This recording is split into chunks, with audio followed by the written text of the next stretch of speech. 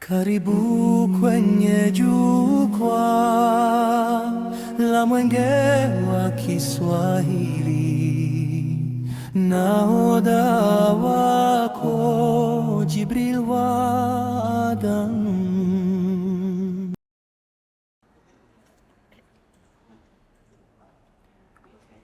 Mpenzi mtazamaji, mzazi, mwanafunzi na yeyote yule aliye pale anatutazama, karibu tena katika makala yetu ya Mwenge, jukwaa la elimu.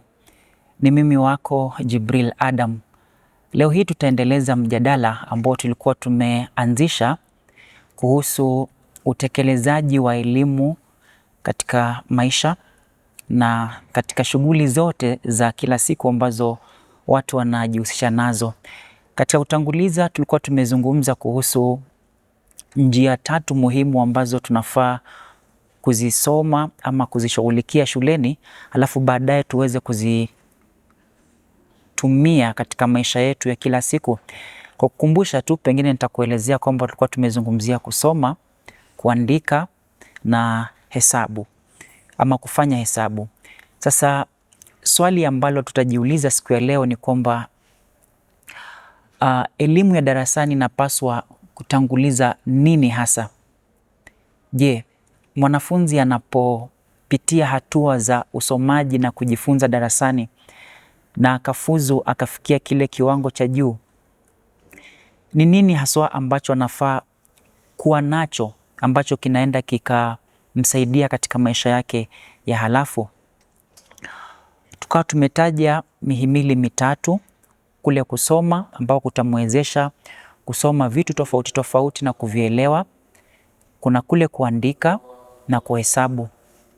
Sasa mbali na hayo, leo hii nilikuwa nataka tuangalie jambo lingine muhimu ambalo linaendana na hayo ambayo tumesema. Moja ni kwamba mbali na hizo stadi ambazo mwanafunzi anafaa kuwa nazo, mwanafunzi baada ya kusoma anafaa awe na uwezo wa kutatua matatizo halisi katika maisha. Kama unavyojua ni kwamba maisha hayana majibu ya kuchagua. Mtu anaweza akawa na malengo yake, lakini kwa namna maisha yalivyo yakabadilisha ama yakawa tofauti kabisa na alivyokuwa anadhamiria.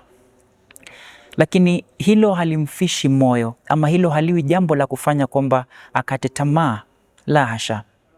Lazima endapo amepitia katika misingi ya masomo na elimu inayofaa, aweze kutatua matatizo halisi ambayo anakumbana nayo kutwa kucha. Matatizo haya ni kama yapi? Kuna changamoto za mazingira ambazo zinaukumba ulimwengu mzima. Je, mwanafunzi anapokuwa shuleni, yeye hufunzwa jinsi ya kukabiliana na changamoto za mazingira? Na anapofunzwa mambo haya, yanaishia skuli ama anakuwa ni mwenye kuyatekeleza katika maisha yake? Kwa hivyo tunasema kwamba elimu inakuwa kamilifu endapo yule anayeelimika anaweza kutatua changamoto za mazingira. Kama zipi? Kama vile kuelewa umuhimu wa kutunza miti, kwa mfano, kupanda miti, kuitunza, na pia kujua athari ya kuhitilafiana na miti kama hii. Pengine mtu ajue umuhimu wa kutunza maji. Ukiyachafua maji kutakuwa na changamoto ambazo zinakuja, ama maradhi ama uchafuzi ambao utahitilafiana na hali ya maisha ya kila siku. Mbali na kutatua changamoto hizo, kuna zile shughuli za maishani za kila siku kama kuamka, kwenda kazini, kulinda muda na wakati, kufanya mambo yako kwa wakati. Je, mtu ambaye amekwenda skuli vizuri na kusoma anaweza akakabiliana na mambo kama hayo, ama atakuwa ni mkosaji kwamba anapokuwa na biashara yake mwenyewe ama anapokuwa na kazi yake mwenyewe anajikuta kwamba yeye ndio anahalifu hata muda, hafiki kwa wakati, na kama ameajiriwa kwa mfano, anakuwa ni mwenye kujikuta katika wale ambao hawawezi wakafanya kazi zao kwa muda. Kwa hivyo elimu inafaa itusaidie kuweza kutatua changamoto kama hizi za kila siku. Mbali na hayo ni kwamba elimu inafaa itusaidie pia kujipatia riziki. Sio kila mtu atapata ajira, sio kila mtu atapata kazi katika serikali ama katika mashirika yasiyokuwa ya kiserikali, lakini inalazimika kwamba lazima kila mtu aishi katika hali na sehemu ama katika mipaka ya uwezo wake, bila kufanya uhalifu, bila kumwibia mtu ama bila kuwa mtu mwenye kukata kauli kwamba hutaweza kuishi kwa sababu ya jambo moja au jambo jingine. Hivyo basi tunarejelea katika elimu ambayo tunajifunza katika shule. Je, ni elimu ambayo inaweza ikamsaidia mtu kujipatia riziki yake? Kwa mfano, mtu akiwa amepata elimu ya kutosha na kukawa hakuna kazi ya ofisini, ni mtu ambaye anaweza akatumia ustadi ama ufundi wake, pengine akawa seremala, na katika kuwa seremala akawa anaweza kusanifu na kutengeneza samani kama meza, vitanda, masofa, makabati, na akayauza na kupata kipato chake cha kila siku. Huo ni mfano mmoja tu. Halafu mbali na hapo pia mtu anaweza akawa na vipaji vyake. Kwa mfano, elimu inaweza ikakusaidia kutambua na pia kukuza kipaji chako, kipaji ambacho kinaweza kikakusaidia kupata ajira katika siku zijazo.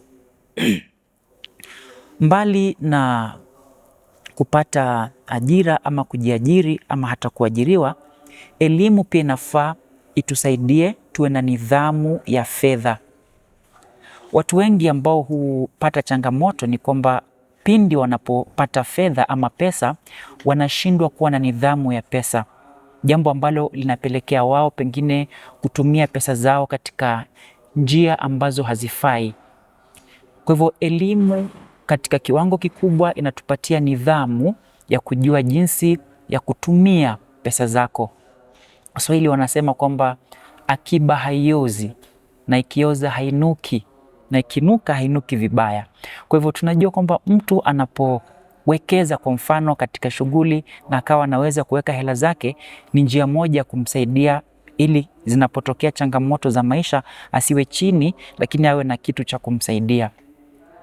Elimu pia inafaa kuweza kumsaidia mtu kuwa na uwezo wa ujasiriamali, yani aweze kutumia mali zilizopo kukuza mali nyingine, na kupitia ubunifu, kupitia uwezo wake ambao amejifunza, awe ni mwenye kukuza mali, kutafuta njia nyingine za kutoa nafasi za kuajiri watu wengine ama kujiajiri binafsi.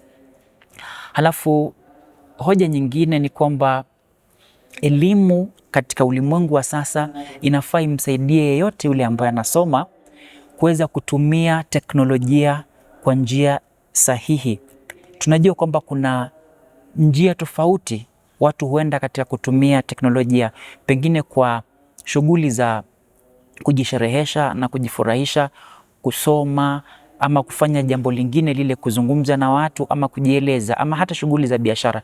Lakini elimu tunayosoma ni ile ambayo inafaa kumwelekeza mtu kujua kwamba ninapotumia teknolojia ama kifaa cha teknolojia na kitumia kwa usahihi, isiwe ni kwa kupoteza muda. Unaingia pengine katika Facebook, katika WhatsApp, katika TikTok na unasakura kwa muda mrefu, muda ambao pengine ungeutumia kufanya mambo mengine yenye thamani. Kwa hivyo lazima tunapopata elimu tujue kwamba ni elimu ambayo inatusaidia katika mkondo huo. Pia tunapotumia teknolojia, iwe kwamba tunatumia vifaa vyetu vya teknolojia ili kuzalisha thamani, to bring out value. Isiyo kwamba tunatumia katika mambo ambayo hayaleti thamani yote katika maisha yetu, bali yanaleta hasara. Mambo ambayo yanaleta thamani ni kama yapi? Kujifunza ukiingia katika mitandao kama vile YouTube, utapata njia nyingi sana za kujifunza vitu vingi. Utajifunza upishi kama unapenda sehemu hiyo, utajifunza matumizi ya mitandao yenyewe na vifaa vyake vingine, utajifunza chochote kile ambacho una hamu nacho katika sehemu hiyo. Na pia kuwasiliana na watu tofauti tofauti kwa njia ya ufanisi ni jambo lingine ambalo tunafaa tulipate katika elimu, halafu tulitumie katika maisha yetu. Mwisho, elimu inafaa isaidie kuboresha maisha yetu na pia kutufanya tuwe watu ambao wanawajibika.